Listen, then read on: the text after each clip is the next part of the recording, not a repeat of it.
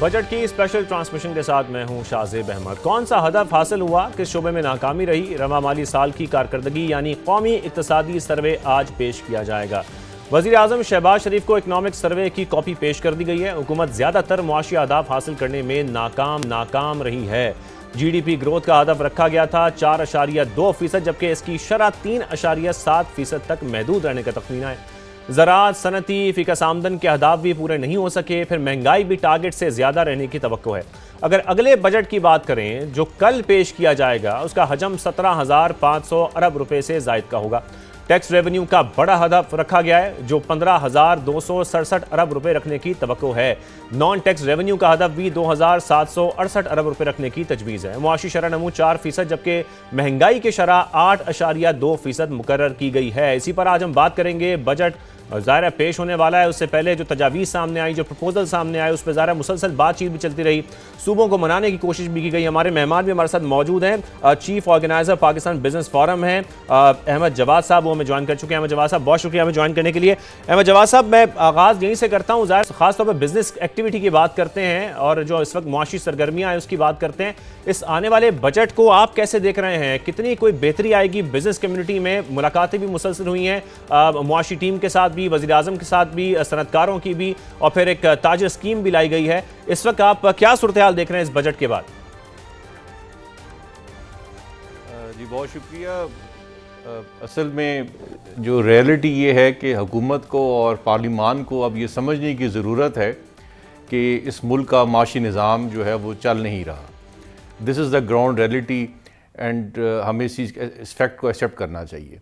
और इस वक्त जो आप सबके सामने है, पूरे मुल्क की जो बिज़नेस कम्युनिटी है वो इस टाइम सरापा एहतजाज है कि जो एक इकॉनमी इतनी इन्होंने जकड़ के रख दी है टैक्सेस के अंदर, और हर चीज़ IMF के साथ लिंक करते हैं, हर चीज़ IMF के साथ लिंक करते हैं, तो कोई स्पेस नहीं नज़र आ रही पिछले 3-4 सालों से। और इस वक्त भी ऐसी कैफियत है। और इस वक्त मैं समझता हूँ कि ये जो हुकूमत है, इसका ये 5वां बजट है मौजूदा प्राइम मिनिस्टर का।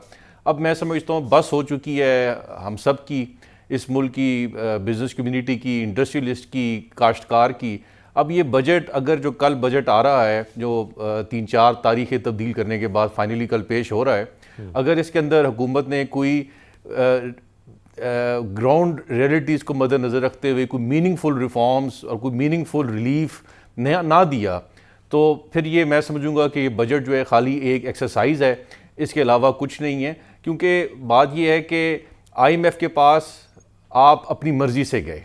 इस मुल्क की बिज़नेस कम्युनिटी ने, इस मुल्क के स्टेक होल्डर्स ने या इस मुल्क की आवाम ने आपको नहीं कहा था IMF के पास है। It was your decision. जब आपका डिसीजन था तो IMF आपको बदले में ये नहीं कहता कि आप बिल्कुल स्क्यूज़ कर दें, निचोड़ के रख दें इस मुल्क की हर ताजर तबके को, इंडस्ट्रियलिस्ट को, काश्तकार को।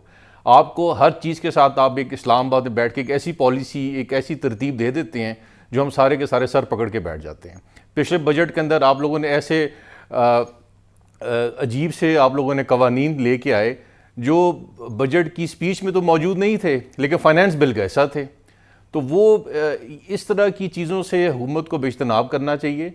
हम पर अब इस कौम पर रहम करें, इस मुल्क की बिजनेस कम्युनिटी पर रहम करें, सूबों को कन्विंस करने में वक्त ज़रूर लगा। हमने ये भी देखा कि बार बार जो तारीख है वो तब्दील की गई बजट पेश करने की, लेकिन उसके बाद आपको लगता है कि जो सूबों से शेयर आ रहा है उसके बाद कुछ फिस्कल स्पेस पैदा होगी, और जैसा कि बात भी की जा रही है इंडस्ट्रीज़ के लिए, एक्सपोर्टर्स के लिए ये बजट कुछ पॉजिटिव होगा। एक तरफ हम ये भी देख रहे हैं कि जो गुड एक्सपोर्टर्स हैं उनके लिए एडिशनल 1% एडवांस इनकम टैक्स जो उनके रेवेन्यूज़ पर है उसमें रिडक्शन की बात भी हो रही है।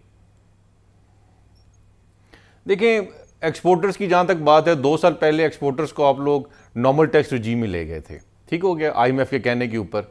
अब आप लोग उसमें से सिर्फ थोड़ा सा वो आटे में नमक के बराबर है कि आप उसे 1% एडवांस इनकम टैक्स को वापस ले लें। चलें, तो एक अच्छी इनिशिएटिव होगा, हम इसको समझते हैं। जहाँ तक रही बात है सूबों की, तो सूबों का NFC अवार्ड, तो ये तो देखें गवर्नमेंट का अपना फैसला था ना उस वक्त जब इन्होंने NFC अवार्ड डिसाइड किया, तो इनको खुद देखना चाहिए था कि हमने सूबों को कितने रिसोर्सेज देने हैं। अब इस वक्त सूबे अमीर हैं, आपके वफाक है वो अमीर नहीं है, तो वो तो आपकी गवर्नमेंट का आपस की गवर्नमेंट मैटर्स के इंटरनल मैटर्स हैं, उसको बिजनेस कम्युनिटी के साथ लिंक कर देना, उसको फिजिकल स्पेस के साथ लिंक कर देना, ये कोई मैं समझता हूँ ये कोई ऑनेस्टी नहीं है। तो ये आपके सही। इंटरनल मैटर्स हैं, आप लोग अपना एनएफसी अवार्ड रिवाइज कर लें, नो बॉडी स्टॉप्स यू। लेकिन आप उसको हर चीज़ के साथ ये लिंक कर दें, हुकूमत की जो इकॉनमी की टीम आके बैठती है वो आके हमें ये सुनाती है जी हमारे पास फिजिकल स्पेस नहीं है। भाई आप फिजिकल स्पेस खुद जनरेट करें। ठीक है, आप लोगों ने खुद इसी बात को आगे बढ़ाते हैं। हमारे NFC मुआशियात board हैं, मैक्रो इकोनॉमिस्ट हैं, वो हमें ज्वाइन कर चुके हैं। डॉक्टर अमीन साहब, बहुत शुक्रिया डॉक्टर साहब हमें ज्वाइन करने के लिए। डॉक्टर साजिद अमीन साहब, जैसे कि गुफ्तगू हो रही है कि ज़ाहिर है ये कहा जाता है कि जो फेडरल गवर्नमेंट है उनके पास कोई फिजिकल स्पेस नहीं है कि किसी किस्म के तरीके से फैसिलिटेट किया जाए हमारी इंडस्ट्रीज़ को, हमारी बिजनेस कम्युनिटी को। लेकिन आपको लगता है कि इस वक्त कोई ऐसी फिजिकल स्पेस पैदा हो गई है या सूबों को अब अपनी स्पेंडिंग से आगे बढ़ना चाहिए और रेवेन्यू जनरेशन की तरफ जाना चाहिए सूबों को भी? ये बहुत ज़रूरी हो चुका है। जी बहुत शुक्रिया जी। मेरे ख्याल है हमें दोनों डिमेंशंस पे काम करना होगा। सबसे पहले तो जो फेडरल गवर्नमेंट है उसको जो जो उसके पास टैक्स रिजीम है उसमें बहुत सारे मार्जिन्स हैं जिनको इम्प्रूव किया जा सकता है। एग्रीकल्चर से टैक्स है, टोबैको से टैक्स है, रिटेलर्स होलसेलर से टैक्सेशन है, बंद हैं जहाँ पे हमें बढ़ाने की ज़रूरत है अपने टैक्स रेवेन्यू को, टैक्स बेस को।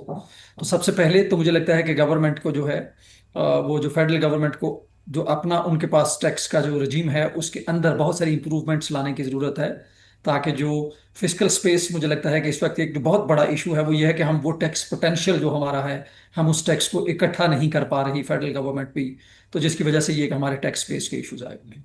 But at the same time मुझे लगता है कि कहीं ना कहीं हमारे जो सूबे हैं उनको भी टैक्स कलेक्शंस में जो टैक्स कलेक्शन की अरेंजमेंट्स हैं एनएफसी के अंदर हैं, चाहे उनको दुरुस्त करना पड़े, चाहे जो भी अरेंजमेंट्स करना पड़े, लेकिन जब तक आप टैक्स पोटेंशियल के अंदर जो टैक्स कंट्रीब्यूशन सूबों से वो ग्रो नहीं करेंगी, बेहतर नहीं होंगी, तो शायद हमारा ये जो प्रॉब्लम है फिजिकल स्पेस का ये रहेगा। बट हमें दोनों पे काम करना होगा। लेकिन मुझे लगता है कि वो जिसको हम कहते हैं ना कि जी पहले करके दिखाना, वो शायद बड़ा अहम होगा कि जो जो जो फेडरल गवर्नमेंट है क्या वो अपना ट्रू पोटेंशियल जमा कर पा रही है या नहीं कर पा रही, तो ये भी बड़ा अहम होगा। और फाइनली देखिए मुझे लगता है कि इस पे बहुत सारी राय हो सकती है कि उसको कैसे करना है, लेकिन जो फिजिकल अरेंजमेंट्स हैं हमारी अंडर एनएफसी इसको इम्प्रूव करने की जरूरत है। उसमें करंट सिस्टम में शायद सूबों के लिए कोई इंसेंटिव नहीं है उसके अंदर कि वो टैक्स कलेक्शंस के ऊपर या रेवेन्यूज के ऊपर को बहुत ज़्यादा फोकस करें। बहुत सारा जो वेट है 82% के करीब जो रिसोर्सेज हैं वो पॉपुलेशन की बेस पे मिलते हैं, तो इसमें किसी एक सूबे की बात नहीं है। हमें जो ओवरऑल अरेंजमेंट्स हैं जो हमारी एनएफसी की उसको बेहतर करना होगा। हाई वेट हो टैक्स पोटेंशियल्स के लिए, जो टैक्स कलेक्शन है आपका या टैक्स रेवेन्यू है जो सूबे जमा करते हैं, एनएफसी डिस्ट्रीब्यूशन में उसका वेट को बेहतर करने की जरूरत है। तो तभी जाके सूबों के लिए कोई इंसेंटिव होगा।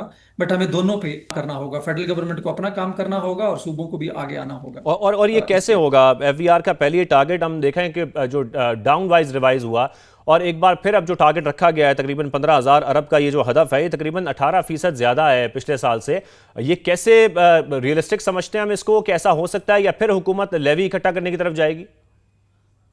एग्जैक्टली ये दो हैं कि ये हो सकता है या नहीं हो सकता। पहला तो मुझे लगता है हो सकता है, क्योंकि ये 15 से 16% का ग्रोथ है रेवेन्यू के अंदर, और इन्फ्लेशन हम रफली जो एसडीपीआई के हमारे अपने एस्टिमेट्स हैं वो शायद कोई 12 से 13%, 11 से 12% की रेंज में एवरेज आपका इन्फ्लेशन रहेगा।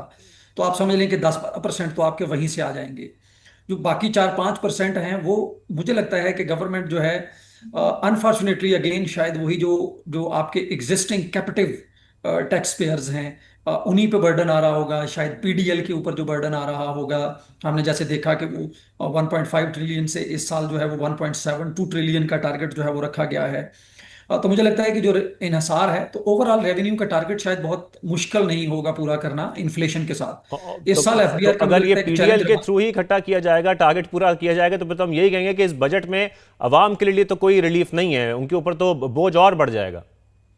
जी यही मेरा दूसरा पॉइंट था कि जो गवर्नमेंट को अब एक्चुअली जो सोचना है या जिस पे काम करना है कि ये कहाँ से आएगा रेवेन्यू। जैसे मैंने पहले कहा बहुत सारे मुतबादल जराए हैं। मैं अगर सिर्फ आपको एक मिसाल दे दूं, मैंने बहुत सारी जगहों पे और भी ये बात की है कि एग्रीकल्चर सेक्टर का जो पोटेंशियल है उसका जो मुख्तलिफ नंबर्स आ रहे हैं वो 400 बिलियन से लेकर 800 बिलियन की रेंज में है कि इतना पोटेंशियल है। हम शायद 10-12 बिलियन उससे ले पा रहे हैं। और रिटेल सेक्टर जो है वो हमारा 35 से 36 लाख है। डिफरेंट नंबर्स आते हैं 30 लाख से लेकर 36 लाख तक। बट 2.5-3 लाख जो है वो हमें टैक्स दे रहे हैं। हम अगर उनको भी डबल कर दें, थोड़ा सा और बढ़ा दें उनके जरिए, तो आपके पास बहुत सारा पोटेंशियल उसके अंदर मौजूद है। रियल एस्टेट सेक्टर में आप जरूर कंसेशंस दें, जहां आपको लगता है डबल टैक्सेशन हो रही है तो उसको अगर आसान करना है कीजिए, बट उसके अंदर बहुत सारा पोटेंशियल है टैक्स कलेक्शंस का। तो मुझे लगता है गवर्नमेंट के पास एवेन्यूज तो हैं। सवाल सिर्फ है कि गवर्नमेंट क्या पहले की तरह आसान जो जराए हैं टैक्स रेवेन्यू के उसी पे जाती है, जो कि इकोनॉमी के लिए नुकसानदेह हैं, आम आदमी के लिए नुकसानदेह हैं। पीडीएल आपको रेवेन्यू देती है लेकिन बहुत ज्यादा इन्फ्लेशनरी प्रेशर क्रिएट करती है, सही सही। इंटरेस्ट रेट पे प्रेशर आता है और ओवरऑल इकोनॉमी पे प्रेशर आता है। तो सवाल मुझे लगता है कि ये होगा कि गवर्नमेंट की जो कमिटमेंट और कैपेसिटी, कि ये जो एवेन्यूज हैं, अल्टरनेट एवेन्यूज हैं रेवेन्यूज के, उनको कितना वो एक्सप्लोर ठीक है। करती है। हम अहमद देख जवाद रहे साहब, हैं कुछ मैं आपकी तरफ आऊंगा। फिर हम ये कहें कि इंटरेस्ट रेट इस वक्त कम करना भी बहुत ज़रूरी है अगर हम बिजनेस एक्टिविटी चाहते हैं, और साथ में जो कॉर्पोरेट के ऊपर सुपर टैक्स की बात हो रही है कि इसमें अब कमी की जा सकती है। आपको लगता है इस पर आईएमएफ अब कन्विंस हो चुका है और ऐसा हो जाएगा? देखें, सबसे पहले हमें ये समझने की ज़रूरत है कि हम ये टैक्सेस की हर साल बात करते हैं। आप डाटा उठा के देख लें, आज से 10 साल पहले आप गवर्नमेंट कितना टैक्स इकट्ठा करती थी, आज कितना टैक्स इकट्ठा कर रही है। हर साल बतदरीज 1000 मिनिमम 1000 अरब एवरेज आपका टैक्स हर साल ऐड हो रहा है इस मुल्क की गिटी में। इस्लामाबाद को अपनी सोच तब्दील करने की ज़रूरत है। इस्लामाबाद को ये समझने की ज़रूरत है कि मुल्क खाली टैक्स कलेक्शन और रेवेन्यू से नहीं चल सकता। इस्लामाबाद को ये समझने की ज़रूरत है कि आपको इस मुल्क की मईशत को स्पेस देनी होगी, एक फिस्कल स्पेस देनी होगी ताकि वो ग्रो करें, ग्रोथ की तरफ जाएं। ग्रोथ की तरफ जाएंगे तो आपके रेवेन्यू कलेक्शन भी होगी, इस मुल्क की इकॉनमी भी चलेगी और इस मुल्क के अंदर लोगों को रोज़गार भी मिलेगा। अगर आप हर वक्त आवाम को, इंडस्ट्री को, ताजर को एक्सक्यूज़ करने पे लगे रहेंगे कि डू मोर की पॉलिसी आईएमएफ हुकूमत से डू मोर कहती है, हुकूमत अवाम और बिजनेस कम्युनिटी से डू मोर कहती है, तो ये चीज़ें, ये जो एक आर्टिफिशियल एक चीज़ें बनी हुई हैं फ्रॉम द लास्ट 4-5 ईयर्स और पिछले 2-3 सालों में जितना आपने इस मुल्क के ऊपर टैक्सेस का बोझ डाल दिया, ये अनप्रेसिडेंटेड है पाकिस्तान की हिस्ट्री के अंदर। जो हमें प्लीज़ ये समझने की ज़रूरत है, आज आप सुबह इंटरेस्ट रेट नीचे ले आएँ, आप अगर टैक्सेशन को रैशनलाइज नहीं करते, आप अपने एनर्जी टैरिफ्स को रैशनलाइज नहीं करते, इस मुल्क को जो पाकिस्तान की जो प्राइवेट सेक्टर को कम्पीट नहीं करने देते भारत से और बांग्लादेश के साथ, आज भी हम 34% हमारी कॉस्ट ज़्यादा है। हम जब यहाँ से कोई चीज़ एक्सपोर्ट करते हैं तो हम 34% ज़्यादा होते हैं। मुझे बता दें कि इस कॉस्ट के ऊपर दुनिया का किसी मुल्क के अंदर आप अपनी एक्सपोर्ट बढ़ा सकते हैं? यही वजह आपकी एक्सपोर्ट स्टेगनेंट है from the last couple of years. आप 25, 26, 28 अरब डॉलर से ऊपर एक्सपोर्ट कर ही नहीं पाते। तो इस्लामाबाद को अपनी सोच को तब्दील करने की ज़रूरत है। हम लोगों ने FBR से जो पॉलिसी इशू था वो हम लोगों ने इसको अलहदा कर दिया, एक टैक्स की अलहदा पॉलिसी का बोर्ड बना दिया। इन गिमिक से कुछ नहीं होगा। We should go for a very realistic. और मैं उम्मीद करता हूं कि सुबह जो फाइनेंस मिनिस्टर जब इस मुल्क का बजट स्पीच दे रहे होंगे तो वो इस बजट को एक्सपोर्ट लेड ग्रोथ, जो प्राइम मिनिस्टर बार बार अपनी मीटिंग में बोलते हैं कि हमें एक्सपोर्ट लेड ग्रोथ की तरफ जाना है, तो मैं इस चीज़ पर बड़ा पुरुमीद हूं कि सुबह की स्पीच जो होगी वजीर ख़जाना इस चीज़ से स्टार्ट करेंगे कि हम एक्सपोर्ट लेड ग्रोथ की तरफ जा रहे हैं, हम लोग अपने टैक्सेस को रैशनलाइज करें। आपने सुपर टैक्स की बात की, मिफ्ता इस्माइल साहब के दौर में सुपर टैक्स लगाया गया था 1 साल के लिए, एक टेम्परेरी टाइम गैप अरेंजमेंट था 10% का। वो आज माशाल्लाह उसको 5 साल हो गए हैं, आपने उसको टैक्स का एक मुस्तकिल जुज बना के रख दिए, उससे आपकी टैक्सेशन ऊपर चली गई है। 50% प्लस आपके टैक्सेस, 50% से ज़्यादा आपकी टैक्सेस हैं आपके कॉर्पोरेट सेक्टर के ऊपर, जिसमें कॉर्पोरेट टैक्स है, आपका सुपर टैक्स है, डिविडेंड टैक्सेस हैं, आपके एडवांस इनकम टैक्स हैं। ऑफिशियली 60% ऊपर चले जाते हैं। बिल्कुल सही कह रहे हैं, ग्रोथ करने से आप नहीं चीज़ों को चला सकते। बिल्कुल सही है। सीनियर नायब सदर Karachi chamber of commerce and industries हैं मोहम्मद रजा साहब, वो भी हमें ज्वाइन कर चुके हैं। मोहम्मद रजा साहब, फिर जो बात हो रही है बजट की, जाहिर है हम बजट से बहुत उम्मीदें लगा के, लेकिन फिर सिर्फ ये कहा जाए कि ये एक एनुअल एक्सरसाइज साबित होगी। जो इंडस्ट्रियल ग्रोथ की हम बात करते हैं, नेशनल ग्रोथ स्ट्रेटेजी की बात करते हैं, ट्रेड पॉलिसी की बात करते हैं, वो हमें इस बजट में कहीं नजर नहीं आएगी। जी अस्सलाम वालेकुम। देखें जी, ये जैसा आपने फरमाया ये एक एनुअल एक्सरसाइज होती है बजट की, लेकिन इसमें जो गवर्नमेंट को सिर्फ ये देखना है कि जो मेजर्स कराची चैम्बर ने या बिजनेसमैन ने इनको प्रेजेंट किए हैं, इसमें ये तो ज़रूर हो सकता है कि शॉर्ट टर्म में इनकी रेवेन्यू कलेक्शन जो है शॉर्ट टर्म में कम हो जाए, लेकिन अगर if this leads to better exports, it leads to more industrial activity, तो ये लॉन्ग टर्म की देखने की चीज है कि लॉन्ग टर्म में इसकी वजह से कलेक्शन भी बेहतर होगी और रेवेन्यू भी बेहतर होगा। तो इस बार आप देख रहे हैं कि स्ट्रेटेजी को इस तरह की बनाई जा रही है लॉन्ग टर्म के लिए? देखिए, प्राइम मिनिस्टर साहब ने हर वक्त एक्सपोर्ट की बात की है, एक्सपोर्ट इमरजेंसी, उड़ान पाकिस्तान, सारे जो प्रोजेक्ट्स हैं, अब वो उनकी लैंग्वेज तो गवर्नमेंट की ऐसी है कि that they want to move towards this. लेकिन देखिए, जैसा आप जानते हैं कि हम आईएमएफ प्रोग्राम में भी मौजूद हैं, तो आईएमएफ से क्या क्या चीजें गवर्नमेंट नेगोशिएट कर पाती है, यही मेन चीज है जो बजट में देखने वाली है। लेकिन आईएमएफ भी हमें कहीं रोकता नहीं है, वो तो खुद चाहते हैं कि हमारी ग्रोथ लेट जो एक पॉलिसी है वो होनी चाहिए, ग्रोथ की तरफ हमें बढ़ना चाहिए। ये इकदाम तो हुकूमत ने उठाने। देखिए, आईएमएफ जो है वो आपको एक रेवेन्यू कलेक्शन टारगेट देता है जिसमें आप उनको प्रेजेंट करते हो कि इस तरह से हम अपने टारगेट्स पूरे करेंगे। अब वो this is a matter of perspective and a matter of analysis कि क्या पाकिस्तान के जो एनालिस्ट हैं उनकी बात से आईएमएफ मुत्तफिक है, क्या वो सेम विजन रखते हैं या नहीं रखते हैं। फॉर एग्जाम्पल, अगर आप इंडस्ट्रियल ग्रोथ की बात करते हैं, सुपर टैक्स की बात करते हैं कि जी सुपर टैक्स हटाने से हमें विद इन 3 मंथ्स इतना रेवेन्यू शॉर्टफॉल आएगा, लेकिन उसके बाद नेक्स्ट 6 मंथ्स, नेक्स्ट 8 मंथ्स में हमें इवेंचुअली इतना टैक्स कलेक्शन हो जाएगा। ये फाइनेंशियल मॉडलिंग जो गवर्नमेंट ने आईएमएफ को प्रेजेंट की होगी, अब ये गवर्नमेंट का काम है कि उनको कन्विंस करना फैक्ट्स एंड फिगर्स के साथ कि ये फाइनेंशियल मॉडलिंग जो है ये करेक्ट है और इससे इवेंचुअली रेवेन्यू टारगेट्स में ग्रोथ आएगा। लेकिन इस वक्त बिजनेस कम्युनिटी की एक्सपेक्टेशन क्या है? आप लोगों को लगता है कि जो मुतालबात, जो तहफ़्फ़ुज़ात बिजनेस कम्युनिटी ने, सनतकारों ने हुकूमत के सामने रखे हैं, उसके बाद कुछ इस तरह का बजट आ सकता है, या फिर हम वही कहें कि आईएमएफ का प्रेशर इतना ज़्यादा है या इस वक्त डीलिंग इस तरह की चल रही है कि हम कन्विंस नहीं कर पाएंगे? देखिए, मैं सिर्फ इसमें ये कहूंगा कि गवर्नमेंट ने इस साल जितना बिजनेस कम्युनिटी के साथ इंगेज किया है for the making of the budget, वो पिछले सालों में इतना इंगेज नहीं हुआ। इस साल टैक्स पॉलिसी ऑफिस से, फाइनेंस मिनिस्टर से, इवन पीएम साहब से डायरेक्ट मीटिंग्स हुई हैं बिजनेस कम्युनिटी की, स्पेशली टैक्स पॉलिसी ऑफिस से। तो जो सजेशंस हैं उसमें हमारे कराची चैम्बर की तरफ से जो भी सजेशन गई है वो रेवेन्यू बेस्ड है कि जैसा मैंने कहा कि शॉर्ट टर्म में शायद उसकी वजह से रेवेन्यू नीचे आए, लेकिन लॉन्ग टर्म में उससे रेवेन्यू बेहतर होगा। अब ये तो अंडरस्टैंडिंग का मैटर है कि गवर्नमेंट इस पर्टिकुलर स्टांस से अग्री करती है या नहीं करती। वो सजेशंस क्या है, अगर हमसे आप शेयर कर लें प्लीज। देखिए, ये तो एक लॉन्ग लिस्ट ऑफ सजेशंस हैं। जैसे फॉर एग्जांपल, हमने सबसे बड़ी चीज जो गवर्नमेंट को कहा है वो हमने कहा है कि एक्सपोर्टर को आप एफटीआर में लेके आए। देखिए, एक्सपोर्ट्स हमारी मुतासिर हो रही हैं, हम सिर्फ रेमिटेंसेस पे जिंदा नहीं रह सकते हैं। एक्सपोर्ट सेक्टर को आपको प्रमोट करना बहुत जरूरी है, पर्टिकुलरली एसएमईज जो एक्सपोर्टर्स हैं उन पे सबसे ज्यादा बर्डन है। बड़ी एक्सपोर्ट मिल्स, बड़ी एक्सपोर्ट इंडस्ट्रीज जो हैं वो बंद हो रही हैं, वो बिलो कैपेसिटी चल रही हैं। एक सर्टेन कैपेसिटी से नीचे अगर इंडस्ट्री चलती है तो आप समझते हैं कि वो नफा देने के बजाय वो नुकसान देना शुरू कर देती है। तो एक ये मेजर हमने सजेस्ट किया है। दूसरा सबसे बड़ा प्रॉब्लम जो है वो रीजनली कंपेटिटिव इलेक्ट्रिसिटी टैरिफ्स का है कि अगर आप अपने कंपेटिटर ममालिक के मुकाबले में अपना सामान महंगा बनाएंगे तो इंटरनेशनल मार्केट में उसको बेचना आपके लिए बहुत मुश्किल है। लेकिन रजा साहब, ये तमाम जो इस वक्त आप बातें कर रहे हैं और कंपेटिटिव होने की बात कर रहे हैं, ये मुसलसल हम देख रहे हैं कि इन्हीं पॉलिसी मेकर्स का ये 5वां बजट है और पिछले कई सालों से ये मुतालबात हुकूमत के सामने रखे भी जा रहे हैं। अगर इस बार इतनी इंगेजमेंट हुई है, आपको लगता है कि इसका रिजल्ट हम देखेंगे कल के बजट में?